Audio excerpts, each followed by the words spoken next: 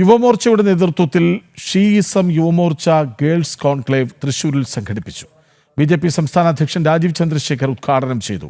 കോൺക്ലേവിൽ യുവതികൾ നേരിടുന്ന വിവിധ പ്രശ്നങ്ങളടക്കം ചർച്ച ചെയ്തു. യുവതികൾ നേരിടുന്ന പ്രശ്നങ്ങളും വിദ്യാഭ്യാസ മേഖലയിലെ പ്രതിസന്ധികളും ചർച്ച ചെയ്തുകൊണ്ടാണ് യുവമോർച്ചയുടെ നേതൃത്വത്തിൽ ഷീയിസം യുവമോർച്ച ഗേൾസ് കോൺക്ലേവ് തൃശൂരിൽ നടന്നത്. Conclave BJP. സംസ്ഥാന അധ്യക്ഷൻ രാജീവ് ചന്ദ്രശേഖർ ഉദ്ഘാടനം ചെയ്തു. കഴിവും അറിവുമുണ്ടെങ്കിൽ സ്ത്രീകൾക്ക് ഏതു മേഖലയും കീഴടക്കാമെന്ന് അദ്ദേഹം പറഞ്ഞു. കഴിവുള്ള യുവതലമുറയുള്ളിടത്ത് നിക്ഷേപങ്ങൾ വരുമെന്നും അദ്ദേഹം കൂട്ടിച്ചേർത്തു. കഴിവും അറിവുണ്ടെങ്കിൽ ഒരു തടസ്സവുമില്ല, ഒരു ബാരിയറുമില്ല.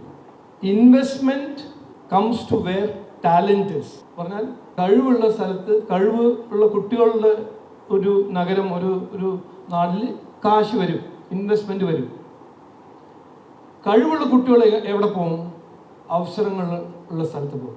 ഇന്ത്യയിലെ നിരവധി സംസ്ഥാനങ്ങളിൽ നിക്ഷേപങ്ങൾ കുമിഞ്ഞുകൂടുകയാണ്.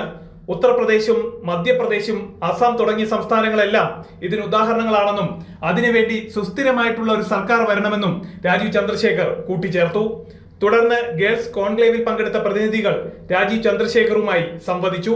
ഒരു സ്ത്രീയെ സംബന്ധിച്ചിടത്തോളം അവരുടെ ഫ്യൂച്ചർ പലപ്പോഴും അവിടെ വീട്ടിൽ തടങ്ങളിൽ അടങ്ങി പോവുകയാണ് ചെയ്യാറ്.